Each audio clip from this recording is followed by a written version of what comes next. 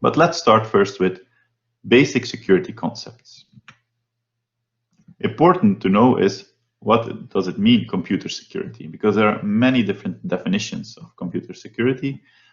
And one that is quite complete is the one of NIST. NIST is a standardization body from the United States of America, and they defined computer security as follows: the protection afforded to an automated information system in order to attain the applicable objectives of preserving confidentiality, integrity, and availability of information system resources. This includes hardware, software, firmware, information, data, and telecommunications. So this is quite a long definition, and maybe it's not entirely clear, but I took the liberty of marking in bold and red the three most important words in this definition, namely confidentiality, integrity, and availability. And these are also referred to as the CIA triad. CIA not in the sense of the Central Intelligence Agency, but meaning confidentiality, integrity, and availability. And these three concepts apply to a system, so that means the hardware and the software, the information that is being stored on the system or being sent to and from the system, and also the telecommunications infrastructure that's used to provide this communication. So what do these three terms mean? Let's start with confidentiality. Confidentiality refers to preserving restrictions on information access and disclosure. This means that we want only those people that are authorized to access information. And it can refer to two different things, namely data confidentiality, which means that this information is not made available to someone that's unauthorized. For example, let's say I use my online banking app and I send the bank information about a money transfer I would like to do. I don't want unauthorized people to intercept this information and know how much money I'm transferring or to who I'm transferring this money. The way to preserve this data confidentiality is using encryption, for example, symmetric encryption. Also important in confidentiality is privacy of the information. So privacy refers to the fact that individuals should be able to control and influence what information about them is collected, stored, or disclosed, and to whom. It means that if I'm using some kind of service, I don't want my private information that I share with them, like my date of birth, my credit card information, my address, my phone number, to be just available to anyone. I want control over who I share this information with. There are different mechanisms to preserve and protect privacy. For example, in Europe, we have the GDPR, which are regulations and laws that explain what and how private information about an individual can be shared with other individuals and with companies. There are also other ways to preserve privacy and anonymity, such as, for example, VPNs to anonymize your communication with certain parties, and mixed networks like onion routing. For example, Tor is an example of a mixed network that allows you to preserve your information, private information about who you're communicating with and what kind of information you're exchanging with them. Second topic is integrity. So we have confidentiality and integrity. And integrity refers to ensuring that information is not modified or destroyed improperly, so by someone who's not authorized to modify or destroy this information. And we have two types of integrity: data integrity and system integrity. So data integrity means that information is not changed by unauthorized parties.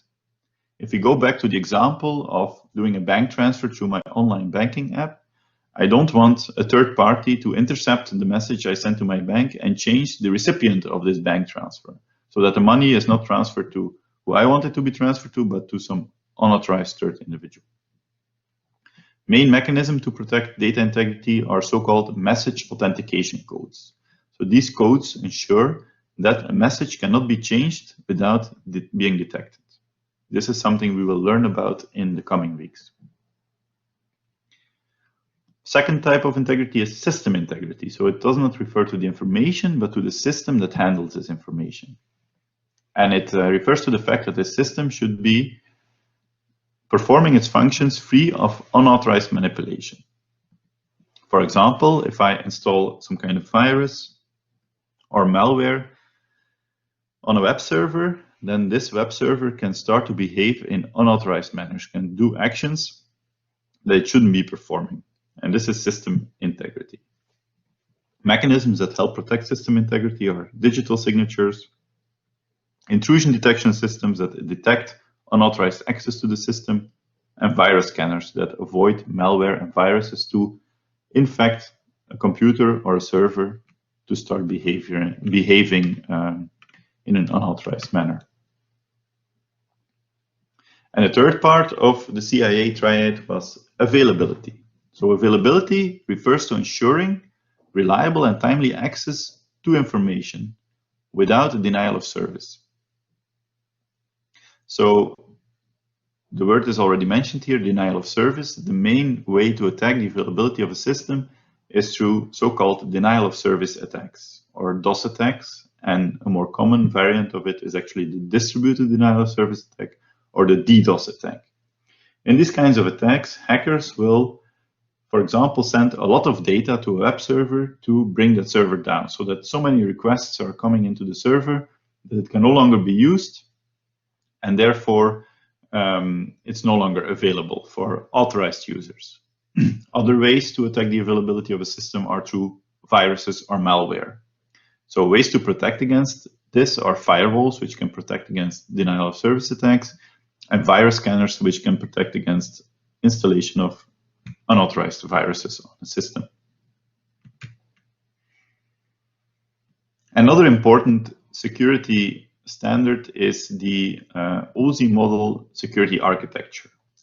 Most of you probably know the OSI model from computer network courses. So the OSI model also has a standardized computer network protocol stack going from the physical layer to the data link layer, the network layer, transport layer, application layer, and so on.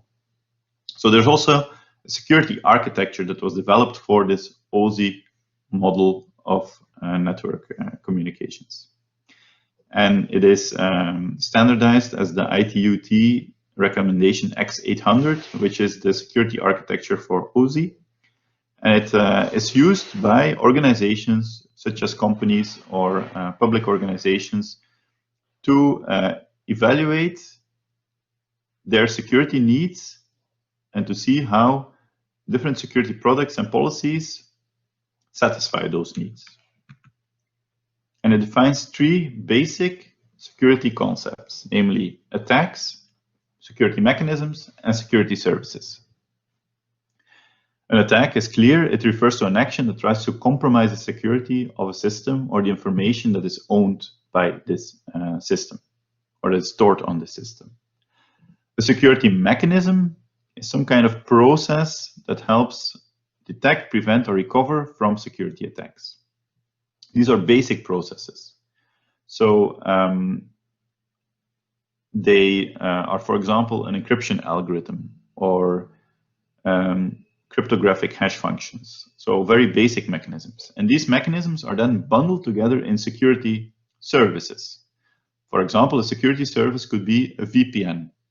A VPN function, a VPN service allows users to communicate securely across different locations.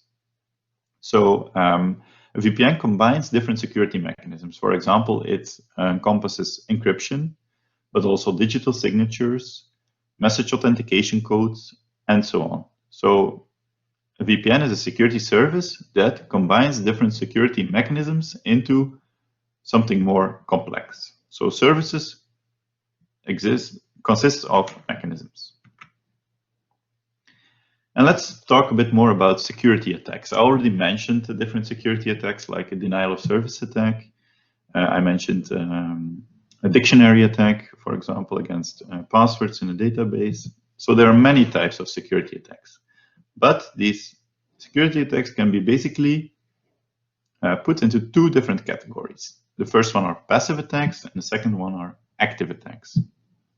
So passive attacks are quite straightforward.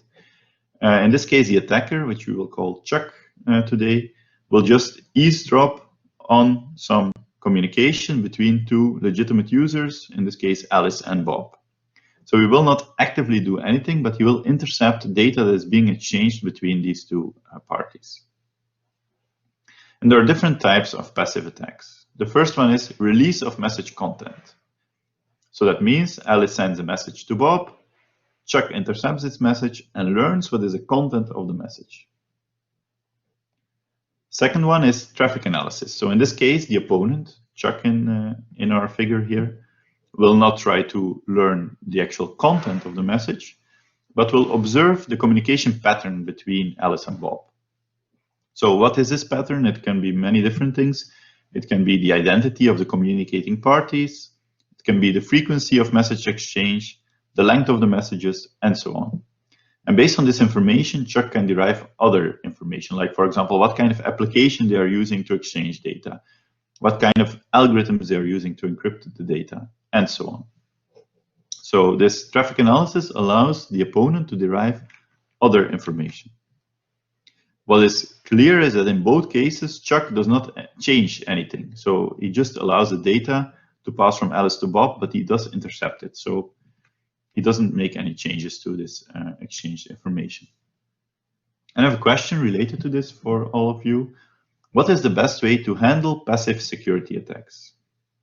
Is it using digital signatures, which provide a signature on a message, for example, to ensure that the message really comes from who it claims it comes from?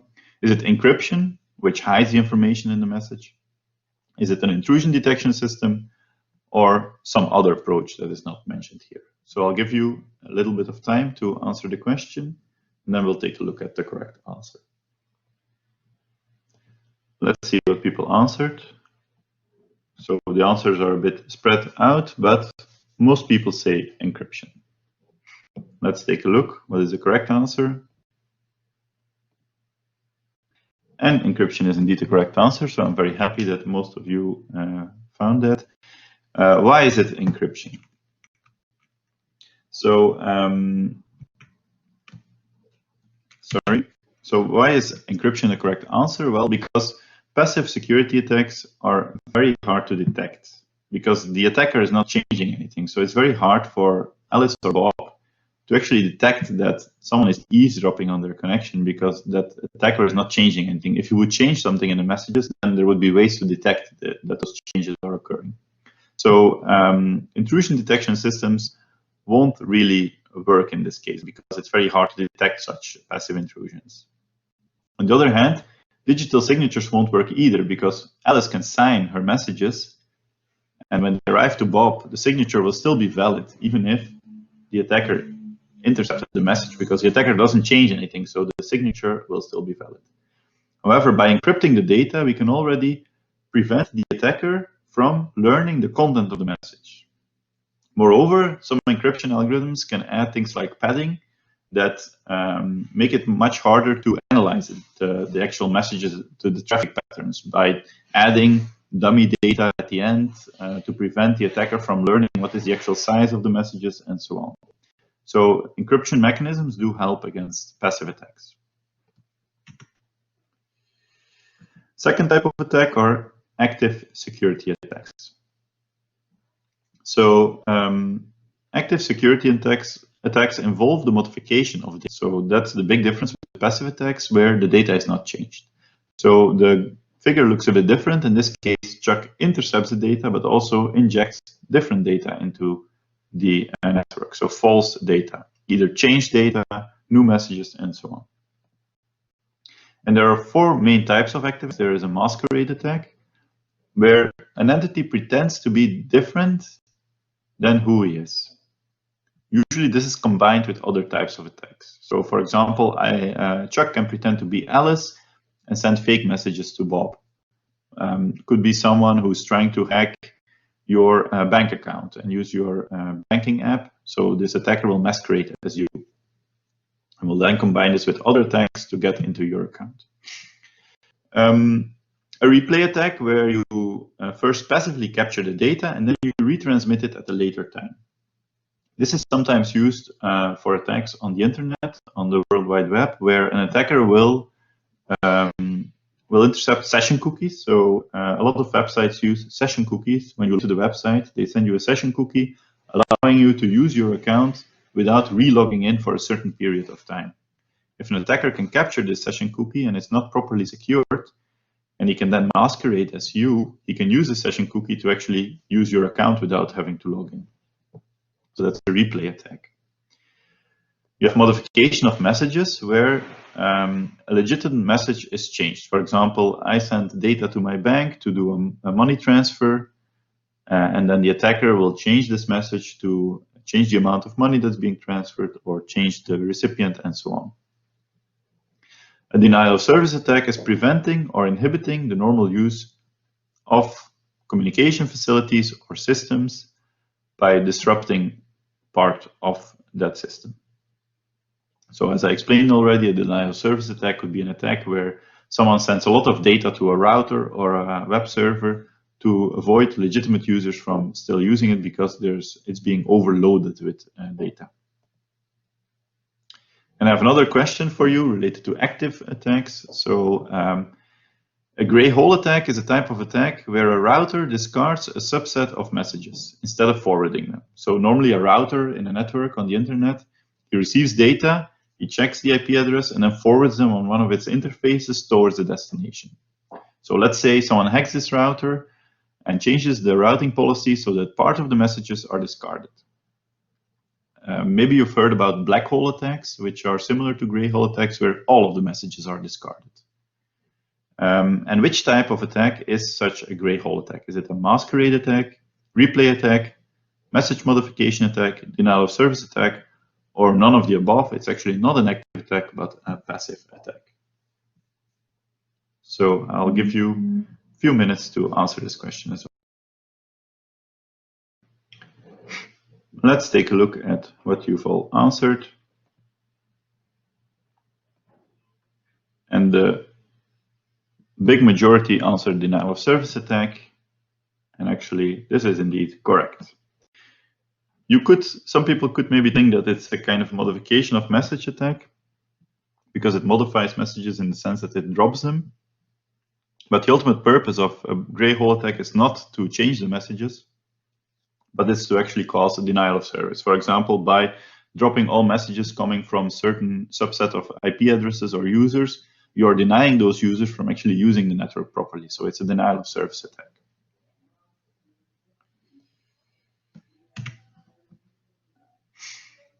So as I mentioned, active attacks and passive attacks are different, and also the mitigation is different. As I said, passive attacks are very hard to detect because the attacker is not really actively doing anything that is detectable by intrusion detection systems or virus scanners.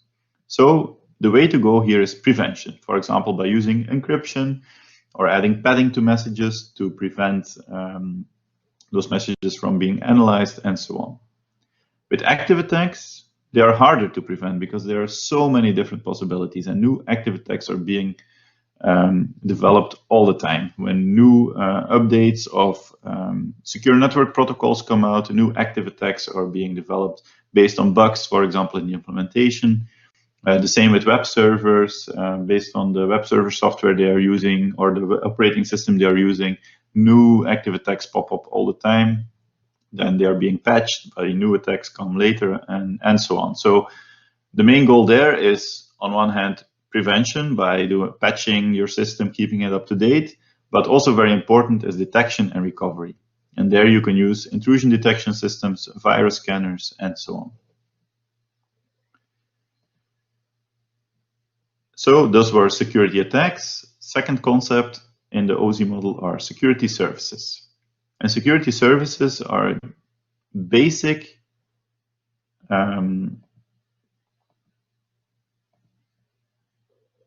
basic security algorithms and such that security services consist of security mechanisms and thus provide some kind of advanced service to a system, application, or user. One example is authentication, which assures that the communicating entity is who he claims he is. So for that, you can use, for example, digital signatures and message authentication codes and so on. Then you have access control to prevent unauthorized users to use specific resources, for example, by making users log into the system or asking security questions or doing two-factor authentication and so on. Then we have data confidentiality, which is the protection of data from unauthorized disclosure. So for example, using encryption, message authentication codes. Then you have data integrity, which is also ensured using message authentication codes. It ensures that the data is not changed. Non-repudiation, it's maybe less known. It means that you cannot deny of having taken part in communication. So it's a bit different than data integrity or authentication, because it also refers to afterwards. So let's say Alice sends messages to Bob. Then Bob wants to have proof that it's indeed Alice he's communicating with, which is authentication. But also afterwards, he wants to be able to prove that it was indeed Alice that sent that message. To ensure that, you need, on one hand, digital signatures. If Alice signs a message, you ensure that it was indeed her, and you can verify also afterwards that it was indeed her who sent the message. Also message authentication codes to avoid that Bob actually changes the message, because in that case, it was no longer Alice who sent it because it's a different message. So non-repudiation requires both of these things. And finally, availability is to ensure that the system is usable upon demand. So availability services make sure that the system does not go down and is usable by users, keeping it running all the time. So they use virus scanners, intrusion detection systems, and so on. And all these security services make use of security mechanisms. And there are many, many security mechanisms. Here you see a bunch of them listed. We will talk about most of these things throughout the next couple of weeks. I won't go into detail now. The slide notes provide a bit more details, but basically we have two types. And this is related to this OSI network model. You have specific security mechanisms and pervasive security mechanisms. And the way OSI defines it is that specific mechanisms apply to one layer of the OSI protocol stack, while pervasive mechanisms are not linked to any specific layer. For example, encipherment, which is another name for encryption, is linked to one specific security protocol. For example, you have encryption at the data link layer. WPA2 security and Wi-Fi is encryption at the data link layer. So that encryption mechanism is specific to one protocol layer. You also have encryption transport layer security, so TLS, which is specific to the transport layer. So IPsec is specific to the network layer because it's IP layer security. So all these encryption algorithms are linked to a specific layer in the network protocol stack. Pervasive mechanisms like event detection are not linked to one specific protocol layer. You detect all kinds of security-related events in an intrusion detection system all throughout the protocol stack. And finally, I have here an overview of the link between the security services on one hand and the security mechanisms on the other hand. So I won't go into detail. I already explained some of these. For example, I explained that non-repudiation requires digital signatures and data integrity mechanisms like message authentication codes to be able to work properly. So for all of these, there are different mechanisms that can be used or should be used, and I'll leave it up to you to check this in more detail yourself.